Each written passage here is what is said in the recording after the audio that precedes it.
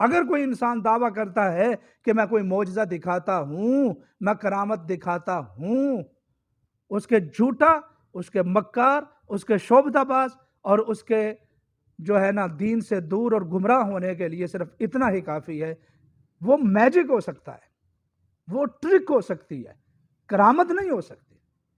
بات سمجھ رہے ہیں کہ نہیں سمجھ رہے؟ السلام علیکم ورحمۃ اللہ وبرکاتہ۔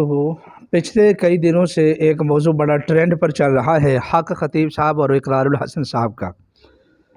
تو میں نے سوچا کہ کچھ باتیں قرآن و سنت کی روشنی میں آپ کے گوش گزار کی جائیں۔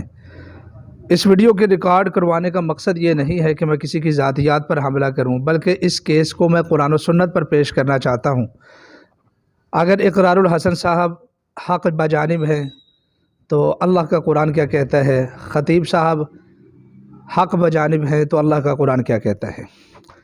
دو چیزوں کو آپ نوٹ فرما لیں، مختصر بات کروں گا، ویڈیو کو مکمل دیکھیں۔ دو چیزوں کو آپ نوٹ فرما لیں، نمبر ایک معجزہ، نمبر دو کرامت۔ معجزہ اللہ کے نبی کے ہاتھ پر صادر ہوتا ہے اور کرامت اللہ کے ولی کے ہاتھ کے اوپر صادر ہوتی ہے۔ معجزے کا تعلق نبوت کے ساتھ ہے اور کرامت کا تعلق ولایت کے ساتھ ہے، اور یہ دونوں چیزیں خرق عادت رونما ہوتی ہیں، جو کائنات میں عام معمولات کے مطابق چل رہا ہوتا ہے اس کے خلاف ہوتی ہیں۔ جیسے ہی حضرت موسیٰ علیہ السلام کے لیے عصا کا سانپ بن جانا، ید بیضاء بن جانا، حضرت صالح علیہ السلام کے لیے دو پہاڑوں کے بیچ میں سے بہت بڑی اونٹنی کا نکل کر بچے کو جنم دینا اور بستی والوں کو دودھ پلانا، بہت بڑا معجزہ ہے، خرق عادت ہے۔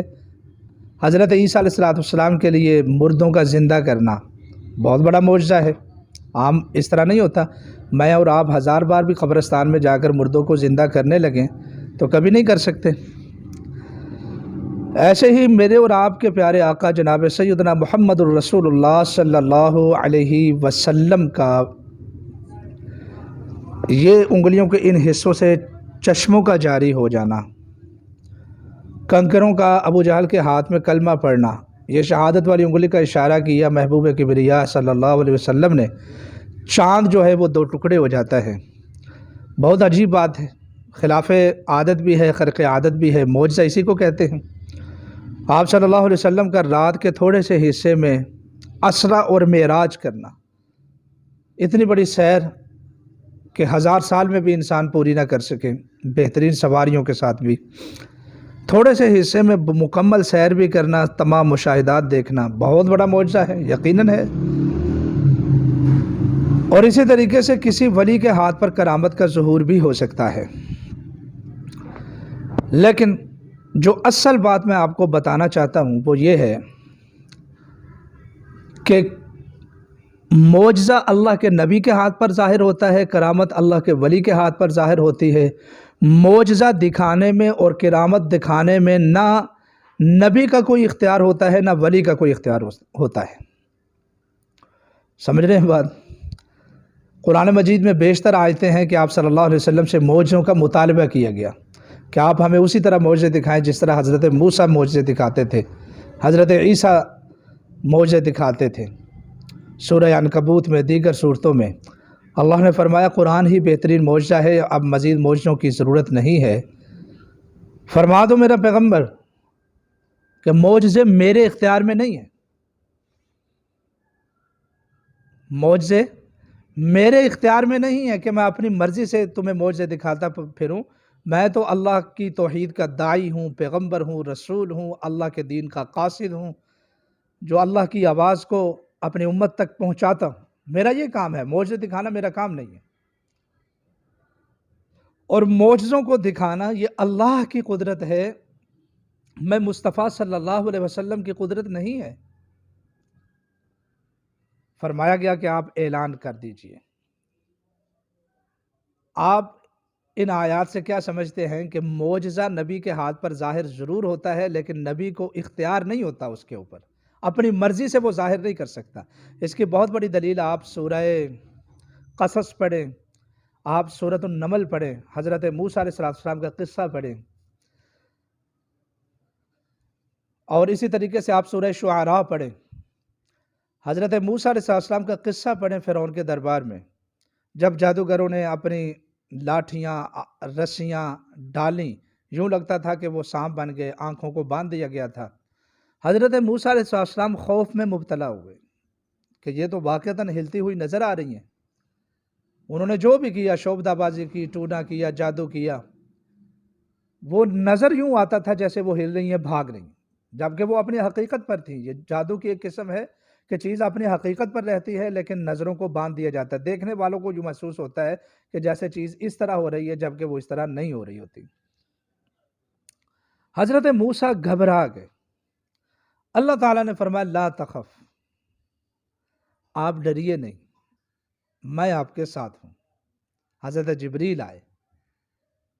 حضرت موسیٰ کا گھبرانا اس بات کی دلیل ہے، مفسرین نے لکھا ہے کہ عصا سانپ تو بنتا تھا لیکن اس کے اوپر قدرت نہیں تھی، قدرت اللہ کی چلتی تھی۔ حضرت موسیٰ نے یہ سوچا کہ اب کی بار میں جب میں عصا پھینکوں گا تو وہ پتہ نہیں کس طرح کا اژدہا بنے گا، کیونکہ پہلے وہ سانپ بنتا تھا چھوٹا، کہ وہ چھوٹا سا سانپ بنتا ہے، اس سے بڑی تو یہ لاٹھیاں نظر آ رہی ہیں۔ فرمایا کہ آپ لاٹھی کو ڈالیں تو صحیح۔ اس دفعہ وہ اتنا بڑا ثعبان مبین بن گیا، بہت بڑا اژدہا بن گیا، ہوا کے ساتھ ہی وہ ان لاٹھیوں رسیوں کو جو سانپ نظر آ رہے تھے اپنے اندر نکل کر چلا گیا۔ تو یہ دیکھیے آپ، معجزے میں نبی کو کوئی اختیار نہیں ہوتا۔ اور اسی طریقے سے آپ سورۃ طٰہٰ پڑھیں، سورۃ طٰہٰ کی ابتدا سے ابتدائی رکوع پڑھیں، آپ کو بات سمجھ آ جائے گی۔ سورہ نمل پڑھیں آپ تو آپ کو یہ بات سمجھ آئے گی کہ جب پہلی مرتبہ کوہ طور پر یہ لاٹھی سانپ بنی تو حضرت موسیٰ علیہ السلام آگے آگے لگ کر بھاگ پڑے۔ یہ اس بات کی دلیل ہے کہ حضرت موسیٰ علیہ السلام کو بھی پتہ نہیں تھا کہ جو ہے نا میری لاٹھی یہ جو سانپ بن رہی ہے یہ میرا معجزہ ہے۔ دعویٰ کرنا تو دور کی بات ہے۔ اللہ نے فرمایا کہ لا تخف، آپ ڈریے نہیں، انی لا یخاف لدی المرسلون، معذرت سے کہ میرے جو رسول ہیں وہ یوں گھبرایا نہیں کرتے۔ تو اس لیے آپ پکڑیے اس کو، سانپ کے پکڑیے آپ اس کے بیچ میں سے، وہ دوبارہ آپ کی لاٹھی بن جائے گی۔ پکڑا، لاٹھی بن گئی، لیکن بھاگنا شروع کیا۔ بھاگنا جو شروع کیا وہ اس بات کی دلیل ہے کہ حضرت موسیٰ علیہ السلام کو اپنے معجزے پر کوئی اختیار نہیں تھا۔ اختیار، معجزہ جو ہے وہ ظاہر اللہ کے نبی کے ہاتھ پر ہوتا ہے، لیکن اس کے پیچھے اختیار صرف اللہ کا چلتا ہے۔ اللہ کہتا ہے اپنے نبی کو کہ اس وقت یہ کام ہوگا، آپ یوں کہہ دیجئے۔ اللہ کے نبی تو ہوتے ہیں بہت بڑے، وہ تو اولو العزم ہوتے ہیں، وہ تو امت کے مقابلے میں بہت بلند ہوتے ہیں۔ اولیاء کی جو انبیاء کے ساتھ نسبت ہے یہ اتنی بھی نہیں ہے جس طرح ایک ذرے کی آفتاب کے ساتھ ہو، وہ تو بہت بلند ہے۔ وہاں حال یہ ہے کہ معجزوں میں اختیار صرف اللہ کا چلتا ہے۔ تو ایک ولی اپنی کرامت میں کس طرح دعویٰ کر سکتا ہے کہ میں یہ کرامت دکھاؤں گا؟ آپ یقین جانیے، میری اس بات کو نوٹ فرما لیجئے کہ جو ولی اپنی کرامت کا دعویٰ کرتا ہے کہ میں پانی پر چل سکتا ہوں، ہوا میں اڑ سکتا ہوں، آنکھوں سے سوئیاں نکال سکتا ہوں، یہ کام کر سکتا ہوں، اس کے مکر و فریب اور اس کے جھوٹا ہونے میں اور اس کے شعبدہ بازی میں شک کرنا بھی کفر ہے۔ آپ کو کس نے کہا ہے کہ ولی کو اپنی کرامت میں اختیار ہوتا ہے؟ جو کرامت ہوتی ہے وہ اچانک ظاہر ہوتی ہے، ولی کو بھی پتہ نہیں ہوتا ہے کہ میرے ہاتھ پر کرامت ظاہر ہونے لگی ہے۔ اور جو بندہ کرامت کا دعویٰ کرتا ہے پھر وہ اقرار الحسن صاحب بالکل ٹھیک ہیں کہ وہ ٹرک ہو سکتا ہے، کرامت نہیں ہو سکتی۔ اس کی وجہ یہ ہے کہ انسان اپنی کرامت کا دعویٰ کر ہی نہیں سکتا۔ اور اگر کوئی انسان اپنی کرامت کا دعویٰ کرتا ہے تو وہ کائنات کا سب سے بڑا جھوٹا اور کذاب ہے، کیونکہ کرامت میں ایک ولی کو اختیار ہی نہیں ہوتا، وہ تو اچانک ظاہر ہوتی ہے، اچانک اللہ کی مدد آتی ہے، اچانک کچھ ایسا ہوتا ہے جس کی وجہ سے جو ہے نا جی اللہ کی مدد آ جاتی ہے۔ بات سمجھ رہے ہیں کہ نہیں سمجھ رہے؟ تو اس لیے جو بندہ کرامت کا دعویٰ کرتا ہے آپ سمجھ لیجئے کہ وہ کرامت نہیں ہے، وہ ایک ٹرک ہے، ٹرک۔ اقرار الحسن صاحب بالکل ٹھیک ہے، یہ ٹرک ہو سکتا ہے کیونکہ انسان کے جھوٹا ہونے کے لیے یہی کافی ہے کہ وہ یہ کہے کہ میں ولی ہوں اور کرامت کا دعویٰ کرتا ہوں۔ بھائی یہ کرامت، یہ معجزے، یہ دنیا میں کسی کے اختیار میں نہیں ہے۔ اس اصول کو آپ سمجھ لیجئے، اس قانون کو یاد کر لیجئے تاکہ آپ کو کوئی گمراہ نہ کر سکے کہ جو انسان کرامت کا دعویٰ کرتا ہے اس کے جھوٹا ہونے میں، اس کے کذاب ہونے میں، اس کے شعبدہ باز ہونے میں، اس کے مکار ہونے میں شک کرنا بھی کفر ہے۔ آپ نے دین کو اتنا کمزور سمجھا ہوا ہے۔ کرامتیں برحق ہیں۔ حضرت عمر فاروق رضی اللہ تعالیٰ عنہ کے لیے کرامت ظاہر ہوئی کہ جس وقت انہوں نے لشکر بھیجا ہوا تھا، کافروں نے گھیر لیا تھا، حضرت ساریہ اس لشکر کے سپہ سالار تھے، خطبے کے دوران نیند آ گئی، اللہ نے وہ منکشف فرما دیا، کشف ہو گیا، دیکھا کہ کافروں نے گھیرا ہوا ہے تو انہوں نے فرمایا یا ساریہ الجبل الجبل، پہاڑ پر چڑھ جائیں اے ساریہ۔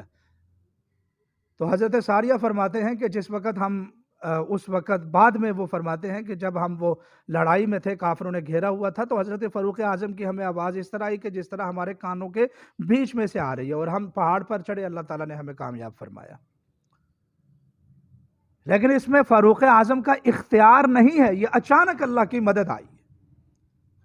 جو بندہ دعویٰ کرتا ہے اس کے جھوٹا ہونے میں، اس کے کذاب ہونے میں شک کرنا بھی کفر ہے۔ اس بات کو آپ نوٹ فرما لیں، اس بات کو آپ یاد فرما لیں تاکہ آپ لوگوں کو کوئی گمراہ نہ کر سکے۔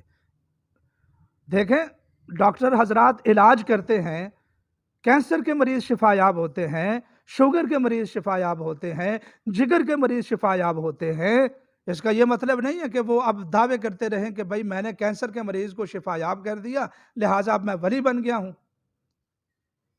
کئی ڈاکٹرز ہیں، آپ کا ایکسیڈنٹ ہوتا ہے، ٹانگوں میں فریکچر ہو جاتا ہے، ہڈیوں میں فریکچر ہو جاتا ہے، ڈاکٹر حضرات بڑی محنت سے آپریشن کر کے اس کو جوڑتے ہیں، اللہ کے حکم سے وہ دوبارہ بندہ چلنے پھرنے لگتا ہے۔ کبھی کسی ڈاکٹر نے دعویٰ کیا ہے کہ میں اللہ کا ولی ہوں؟ میں بھی روحانی معالج ہوں۔ کئی لوگ ہمارے پاس آتے ہیں جن کو اللہ شفا دینا چاہتا ہے دے دیتا ہے، جن کو نہیں دینا چاہتا، عمل وہی ہوتا ہے، دم وہی ہوتا ہے، ذکر وہی ہوتا ہے، کئیوں کو شفا ہوتی ہے، کئیوں کو شفا نہیں ہوتی۔ بھائی اللہ کے کلام کی برکتیں ہیں، وہ فرماتے ہیں کہ میں بسم اللہ پڑھ کر دم کرتا ہوں تو شفا ہوتی ہے۔ اس میں آپ کا کیا کمال ہے؟ بسم اللہ کا کمال ہے، آپ صرف ایک معالج ہیں۔ مانا میں یہ نہیں کہتا کہ ان کے ہاتھ میں شفا نہیں ہے، یہ وہ لوگ جو ہے نا غصے میں آ جاتے ہیں کہ فلاں کو شفا ملی، آپ کیا بات کرتے ہیں؟ بھائی ڈاکٹروں سے، اسپتالوں سے کتنے لوگوں کو شفا مل رہی ہے۔ اس لیے ان باتوں کو نوٹ فرما لے۔ میں معذرت خواہ ہوں، کسی کی ذاتیات پر اٹیک کرنا میری عادت نہیں ہے۔ اللہ تعالیٰ آپ کا حامی و ناصر۔